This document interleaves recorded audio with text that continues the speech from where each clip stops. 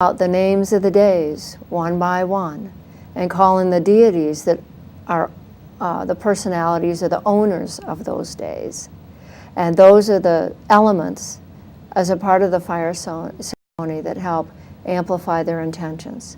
Typically you're making offerings and releasing those things that you need and want to let go of in order to make room for those things that you want to bring in, the intentions that you want to create. And are Mayans mainly peaceful people? Very much so.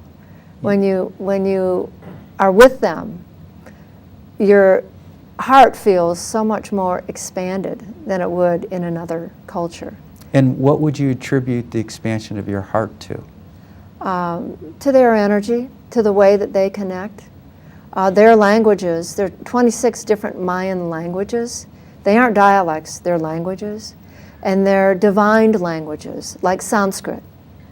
They're divined. And just the way that they speak, even if you don't know the language or languages, you can feel an expansiveness that you don't feel like for English. English is a pretty compact, scientific, material language. Do you know if any of the Mayan leaders have had any exposure to Western culture or Western religions? And right. One of the leaders that I studied with is the chief of the Mayan Elder Council in Guatemala, Don Alejandro, his name is.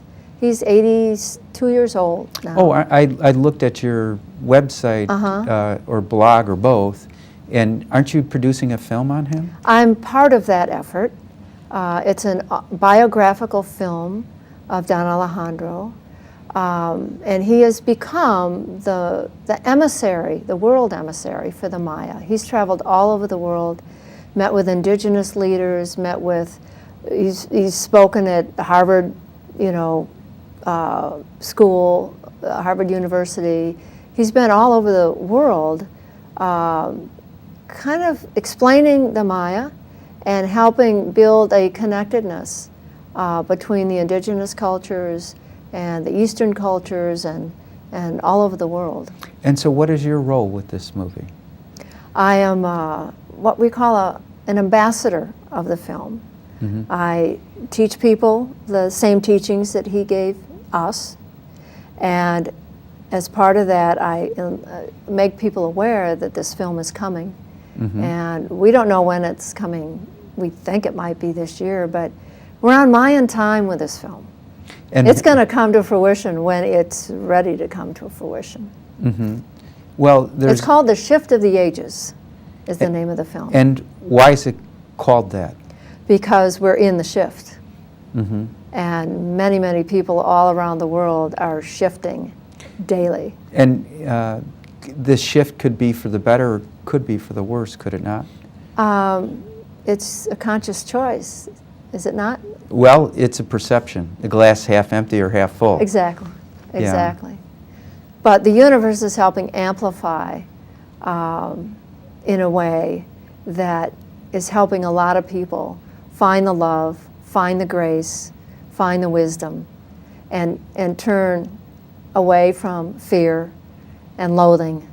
And so the Mayans talk about energy, or they pick up the energy for the calendars. Right. And then when do they start to sense energy of other people, like you sense the energy of the people? Oh yes, they're very, very telepathic people. They're a very soul-based culture. So when they're born... Would they consider themselves soul-based, or is that your language? That's my language. It really is. That is just their worldview. That is how they see themselves. They are part and parcel of the universe. That connectedness, that sense of community is something that is rare to feel in a Western culture, actually. So they know on the day that they're born what their day sign is.